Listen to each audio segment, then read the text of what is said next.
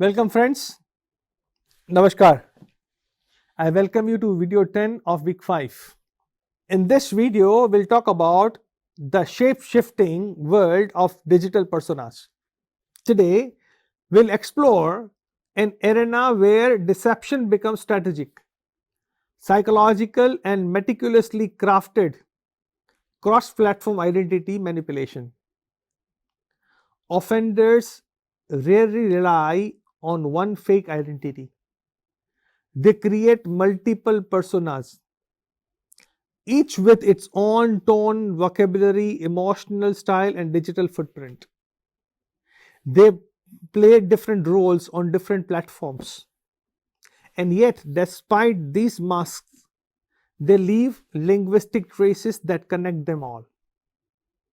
Our task is to follow those invisible threads and come to a point.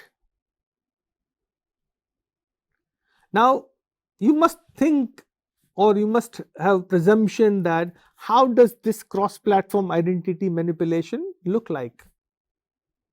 Friends, cross-platform identity manipulation refers to the deliberate construction and maintenance of multiple fake identities across different digital spaces. Some personas appear friendly, others appear hostile. Some seem vulnerable, some seem authoritative, but behind all these differing exteriors, one mind controls the entire network. And that mind cannot hide its linguistic habits for a long time. A question must come to our mind that why offenders create multiple personas. We'll talk about it. See, there are three primary reasons why offenders use multiple identities. The first one is very simple: to mislead the victim by creating false support system, false threat, or false assurances. Second one is to confuse investigators, so no single platform holds entire narrative. And the third one, to manipulate perception by using one persona to attack and another to comfort, creating an emotional push-pull dynamic. But the most important insight is multiple personas may behave differently, but they write in the same way. And that's the clue where identity leaks through the language. Let's talk about the linguistic fingerprint behind every persona. Friends, even when the offenders try to vary their tone, they carry indefitably consistent features. And these features are the sentence rhythm, punctuation habits, favorite filters or question tags, spelling errors, stylistic preferences. It can be formal or casual, it can be abrupt or elaborate. Personas may wear different emotional clothing, but the linguistic skeleton remains the same. As I told you earlier, they may change the body, but the soul remains the same. This is why forensic linguists can detect persona clusters that belong to the same author. Let's talk about a case scenario, a hypothetical case, where a stalker playing three different roles. Let's imagine a real investigative scenario. A victim receives messages from three accounts. One account threatens her. Another account pretends to warn her about the first account. A third account tries to comfort her. At first glance, they appear unrelated, but linguistic analysis reveals identical stylistic markers. Same misuse of commas, same slang, same emoji sequence. All these markers are common in all these accounts. In that way, we can figure out that all three accounts belong to the same offender. This cross persona strategy is common in stalking, harassment, and online relationship manipulation. But linguistics exposes the illusion very easily. Friends, emotional modulation is the psychological manipulation tool of the offenders.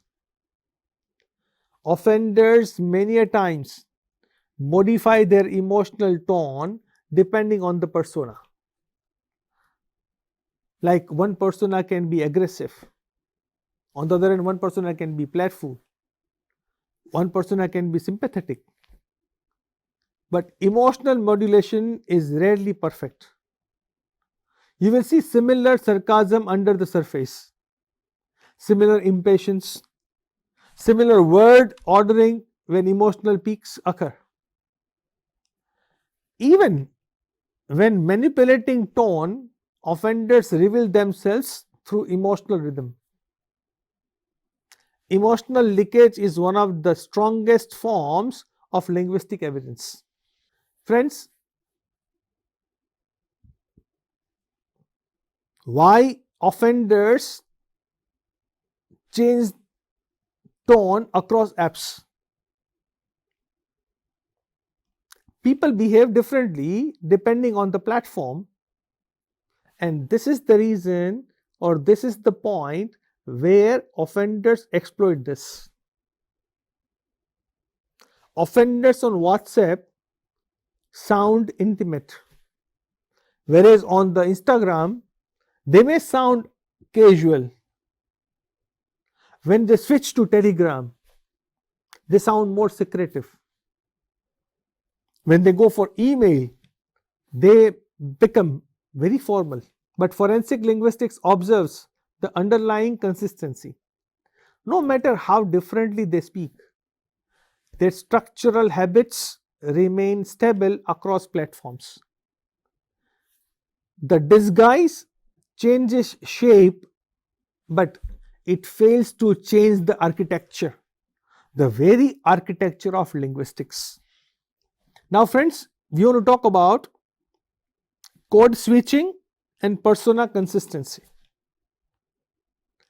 Code switching reveals more than people think. Even when using different personas, offenders tend to switch languages at similar points.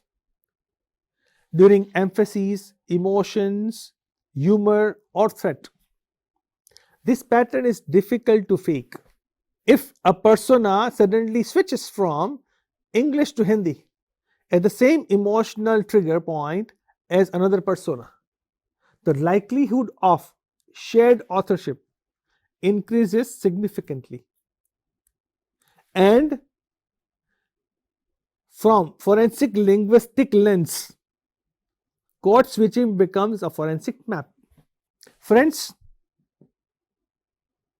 when we look at the lexical behavior of the persona, we can say that the words that give offenders away. Let's check it out. Each persona may use different styles, but certain word choices remain loyal. Some offenders overuse the word literally. Some love saying, "trust me." Some end sentences with "okay." Some repeat a specific insult or slang. Friends, these lexical echoes tell us that the personas belong to the same psychological space. Offenders underestimate how transparent their habits are when analyzed thoroughly. When it comes to temporal behavior, that means time patterns reveal the unified mind. Here is the crucial insight. Multiple personas rarely stay active simultaneously. Why? Because one person manages them. So we can track this. Like if persona A messages at 11:05, persona B appears at 11:08, and a persona C becomes active at 11:14. This behavioral choreography reflects individual control. Courts find temporal alignment extremely persuasive. When time patterns match, linguistic evidence becomes stronger. Now, when investigators try to connect the dots by investigative reconstruction, how they do it? Investigators reconstruct persona networks using linguistic consistency, behavioral patterns, metadata traces, and emotional mapping. When combined, these elements form a web, one that leads back to the true identity behind the personas. Even highly sophisticated offenders sleep eventually. The human mind cannot maintain multiple stable identities without overlap. And that's the reason forensic linguistics captures that overlap. Friends, courts consider cross-platform persona patterns as strong circumstantial and behavioral evidence. When linguistic markers align, when behavioral timeless converge, and when persona motifs overlap, courts see not three personas but one offender with three masks. Linguistic profiling becomes a decisive factor in cyberstalking, harassment, extortion, impersonation, or even grooming cases. Dear friends, I hope you must have enjoyed this. Right? So, let's talk about more in detail in the coming videos. For now, I thank you very much for joining me to this video. Friends, multiple personas may confuse victims, but they rarely confuse linguists who have trained themselves to see through masks. So, they cannot be escaped, right? In the next video, we'll examine how coordinated group deception happens, how groups work together to create false narratives online, and how linguistic behavior exposes collaboration patterns. I'll catch you there in the video 11. Till then, stay tuned to the course. Thank you very much. Namaskar.